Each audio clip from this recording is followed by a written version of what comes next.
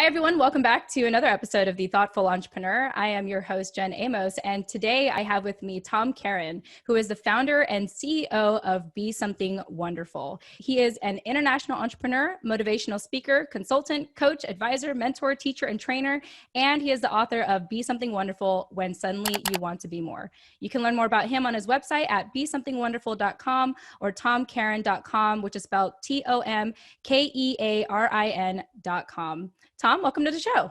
Great. Thanks, Jen. Just happy to be here. Yeah. Hello, listeners. I love it. I love it, so it's a great way to connect with everybody. So. Oh, absolutely. Especially lately, given our current circumstances, I think that Yes. I have engaged with more people online than ever in my life. Isn't it And incredible? and I have to say that I'm normally like an introverted, like stay at home kind of person. Yeah. And I feel like this entire year I've worn more makeup than normal because I'm on camera now, and it's just really interesting how things have shifted. And I know we were talking a little bit offline. I wish I had a makeup crew, but I don't have one. So you just get me first thing in the morning. But anyway. Hey, the power of, I think the power of Zoom and just technology nowadays is you can have filters now, like there's ways to get away with it, Tom. There's ways to get around Tom it. Kearin unfiltered. I like that. And, no, absolutely. But you know what? One of the advantages of if you want to look for the advantage in this is that you're probably reaching out to people that you probably normally wouldn't, right? Normally It's true. Before really the popularity of anything online and all of this technology is that it was more people in your immediate circle. And, yes, very true. And so this is great that we can reach out and that Zoom is providing that. And so thank you, Zoom. Yeah, thank you, Zoom, and all other video platforms for all of them. making this possible. It almost feels surreal that I've had the fortune of speaking with people really all over the world at this point in just a matter of months. And it almost seems like I'm not really talking to them. It's like, oh, like you are in San Diego right now. Like there's a 3-hour time difference between us, but we are actually having this conversation. This conversation will be published and people will hear it. And I hope that for our listeners, they'll be able to gain a lot of knowledge from our conversation today and realize that back then when it was almost considered crazy to do things virtually, now it's just the staple to do it. Isn't that interesting how it all just shifts, right? I think this is a permanent shift, clearly. Mm-hmm. And I think I take the place of person to person, but definitely we're in a virtual world here. So this is great. Yeah. Let's just go with it because I love it. Anything, virtual, in person, whatever it is. Yeah. Well, happy to be here. Thanks, Jen. Thank you for Josh as well for just having me on the show. I love the opportunity. I love the platform. I've been looking into it and it's amazing. Good. You got a very incredible, powerful platform and I love it. Well, thank you for saying that, Tom. I know I was talking a little bit with Stacy before I jumped on and she said that you did our research on our show and everything. So tell me, what do you like about our platform since you've been looking into us for a little bit? Well, I like that, I think with entrepreneurship, and I think that when I grew up, parents, everybody around me said, this is how you do it. You get a job, you get, you go to college, which I did, you get a job and you work your way up. You get a good, this is how it's sort of pitched to you. Right. And, and not the environment of go out and create something and create your own universe, right? Mm-hmm. And your own environment. And that's what I like about it, that I think that the message to me is, guys, if you have that burning desire, if that's the direction you want to go, do it and leave, doubts will be there, but just, look at them, put them aside. It's all just how you look at it. So that's what I like about your show, because I think there's a lot of people out there that want to create something or want to improve on something and create their own business and that are probably afraid to take the step. Yeah, absolutely. And sometimes it just takes the right story, from a certain individual, a certain entrepreneur to be like, hey, like they had the same childhood as me, or they went through the same struggles as me. If they can overcome it, I can overcome it. Yeah, for me, it was always this sort of, I came through a sort of very traditional I majored in accounting. I worked for KPMG, Pete Marwick in Boston as my first job. I couldn't even afford my suits, right? You have to buy 3 or 4 suits, and I walked into my first audit job. It was like the town of Danvers, Massachusetts. And back then the town accountant goes, "Oh, they're plucking them from high school now." And I was like, "Oh God," and then just sort of worked my way up. I got an MBA, CPA. I worked as a chief financial, but I always had this inside of me, something didn't feel right, and that it's got to be something more. There's got to be another way. And of course, I grew up in all those wonderful times where you had Steve Jobs and Bill Gates and all of these wonder kids, and so there weren't lack of role models.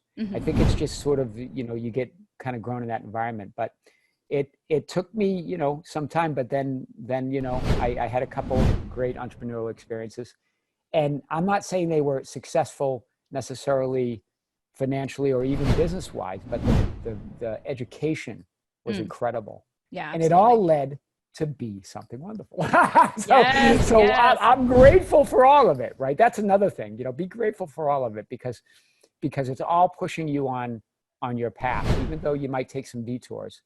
The universe, God, whatever you prefer to call that energy, is always pushing you to the path of least resistance.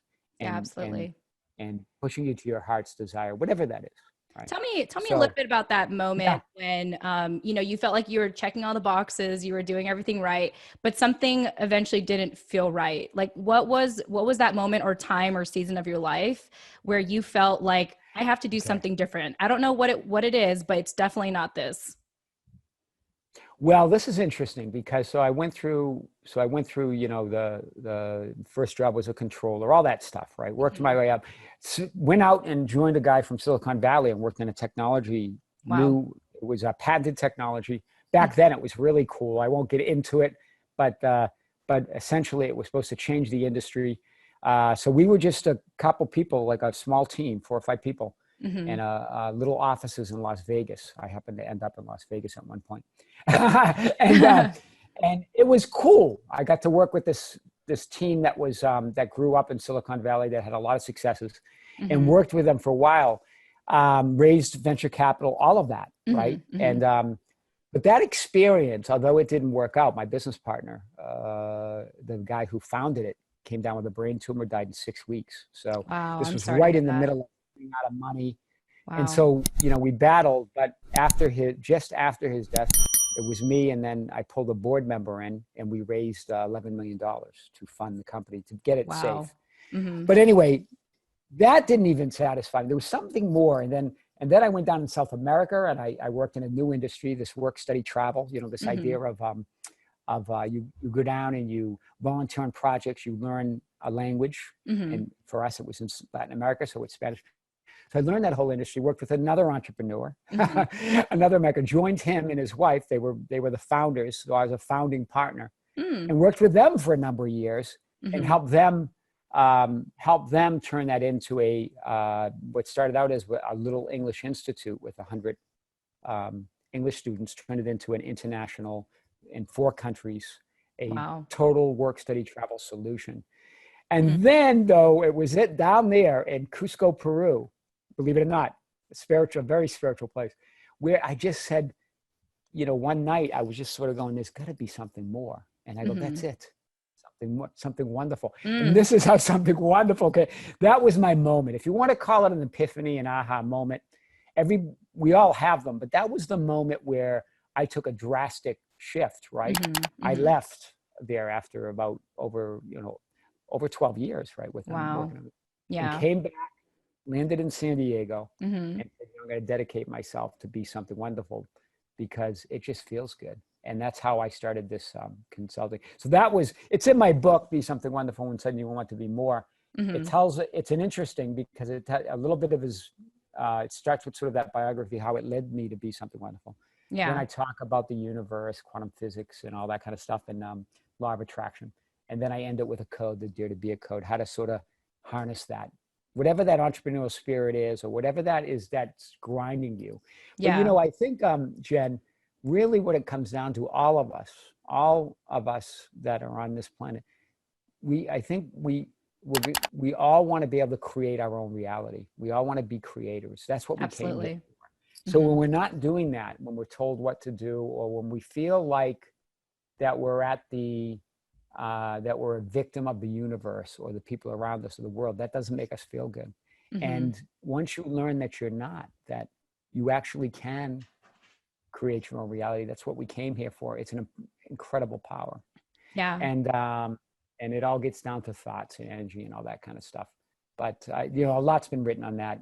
And you know, there's a lot of great examples of that. Tony Robbins, Esther Hicks, the late Wayne Dwyer, all of them incredible, all in the personal development space. Yeah. Have created huge empires, but around this itch of wanting to help people and wanting to do something good. So that's how it happened. And it's, you know, it's just something that was always with me, and I knew.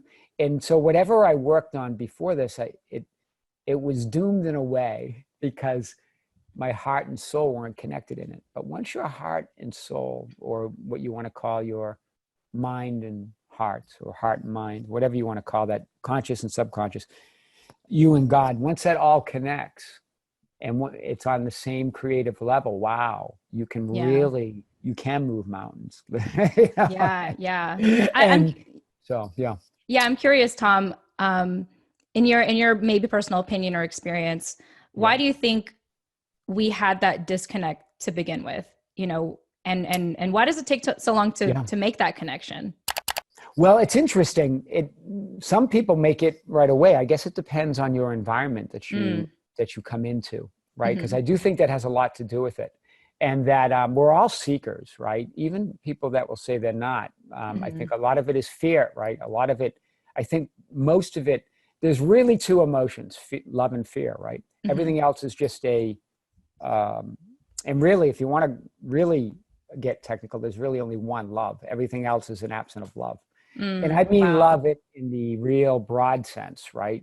There's romantic love and other loves. Like, I love that car, right? I love money. You love. But love being that divinity within us, that connection. And so I think what takes us so long is that some are comfortable and then never get there, right? They're creative in their own space. But I do think you don't have to wait, right? There's you know, following your heart's desire, whatever that is. You could even, if you don't feel it's in your work, it could be outside of your work, or you could try to combine them. But yeah, it's an interesting thing, right? Because again, I think what it comes down to it is to create our own reality, to believe that that destiny isn't something that's fixed or there's, you know, fate or any of that. It's all what we make of it, right? We are the creators, right? We have that God particle, or whatever you want to call it. We were made in his image. This doesn't come from Christian belief. This is just a sort of a combination of the universe. But I do believe there's a force within us, a divinity that we all come from. And if we can tap into that consistently and always return to that, then boy, we can create. And that's just when we line up our mind, our heart, mind, and soul, right? That's when everything comes together. And you know, you see it every day, right? People that are connected, their energy feels good. They feel good to be around. They're attractive in all ways, right? And that's because they're connected. The disconnect, when you're disconnected, you're not that, you know, people don't really want to be around that. People love great. They love great energy, right? They love that pure positive energy. We do too. And really, that's what we're made of, right? That's our default mode. Anything else that we do that's outside of that is all sort of self-induced. So I really like, Tom, you can blame it on others. I really but like you're the creator of your own feeling. Yeah, no, absolutely. I just wanted to add that I really like how you speak from a spiritual perspective in a way. And I know that you have a coaching consulting company. So tell me a little bit about about that, and maybe how you teach your clientele to focus on being and their spirituality. What does that look like for someone that works with you?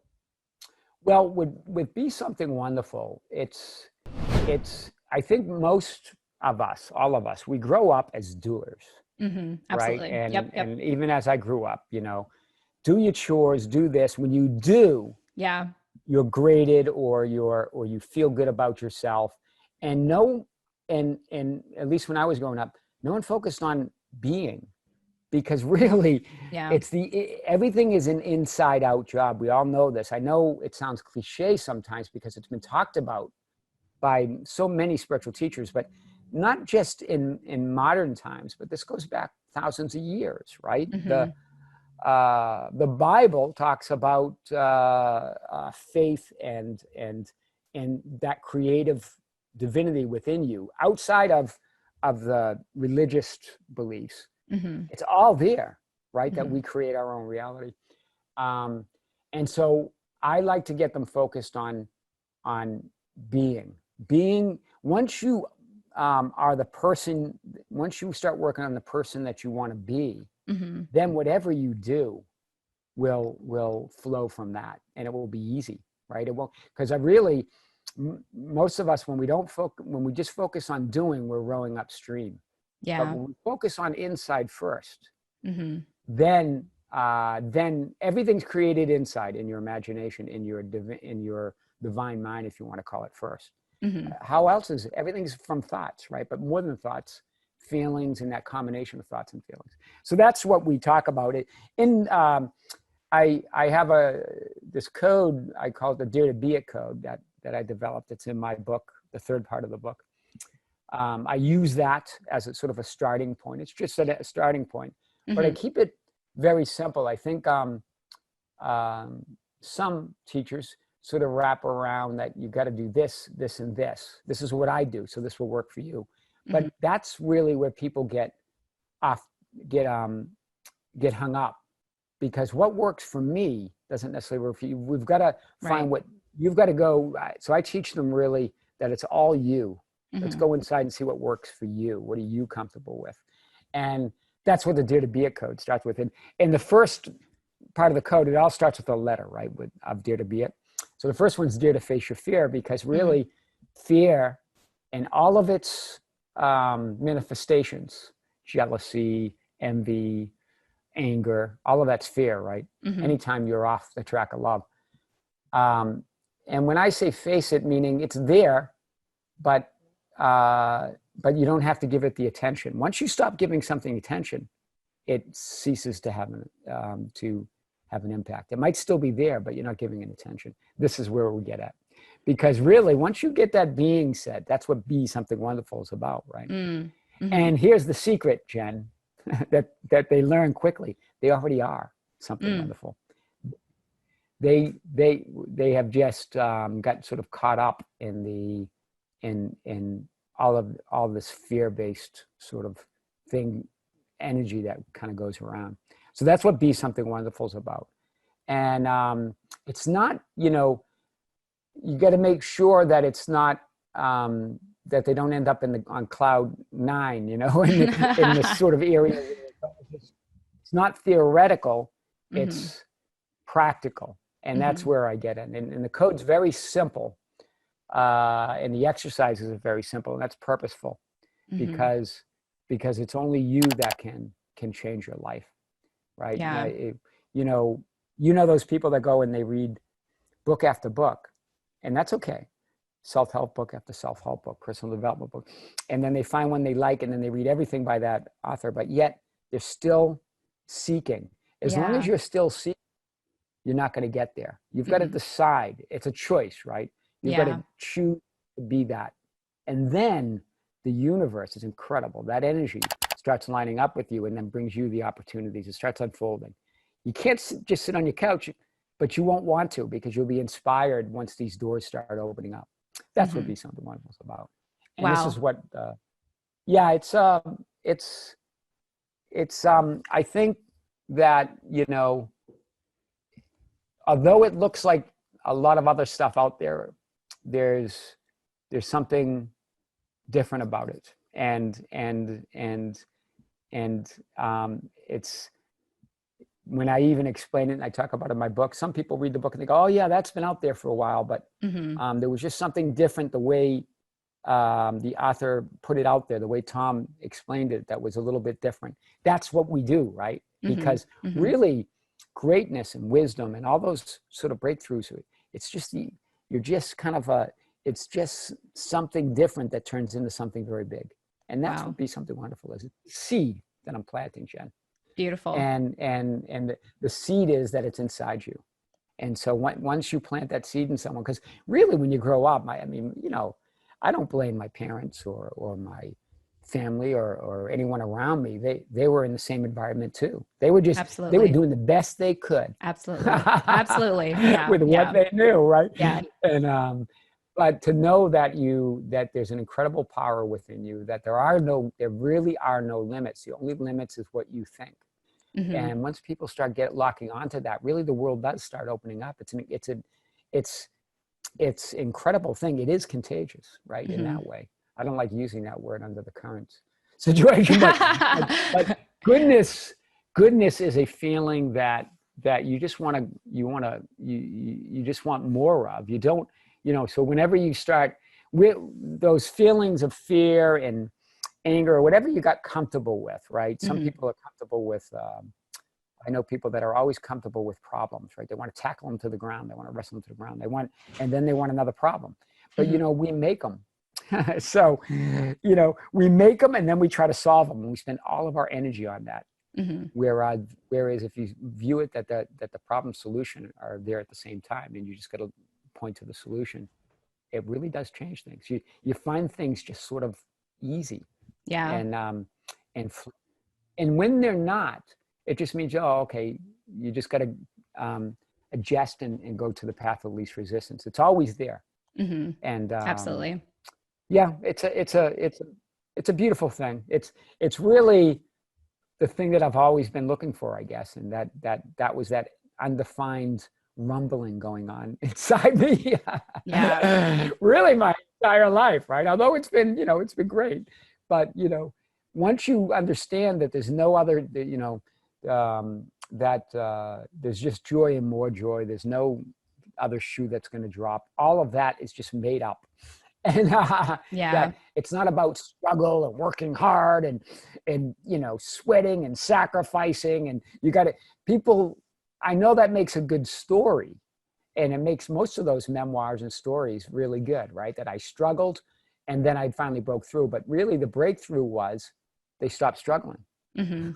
Yeah. They didn't need all that, right? They didn't need to go through all that. But yeah. But you know, every path's different. And, absolutely. But anyway, yeah, that's what Be Something Wonderful is.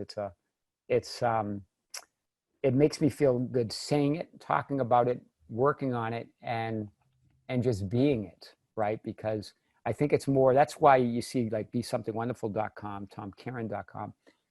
It's interesting. I started with TomKearin.com and all of these are trademarked now, my name, Be Something Wonderful, but I eventually said, Be Something Wonderful really is the entity, the power that I want to build it around. And, fantastic. So this is how it all happens. Yeah, it was a great thing. Yeah. Well, Tom, I know that we only scratched the surface to all the wonderful things that you're doing, especially with Be Something Wonderful. I know that our listeners are going to be really excited to listen to this interview and even reach out to you. So I just want to take a second here to thank you again for being on our show. It's been an absolute pleasure having you and listening to you share your story and again, the good work that you're doing with Be Something Wonderful. Great. Thanks, Jen. And tell Josh hello, and I look forward to more episodes of Thoughtful Entrepreneur. Yeah. Thanks so much. Yeah, no problem. So once again, this is Tom Kearin. He is the founder and CEO of Be Something Wonderful. You can learn more about him at BeSomethingWonderful.com or his website at TomKearin.com, and that's spelled TomKearin.com. Thanks for joining us. Thanks, Jen. Bye-bye.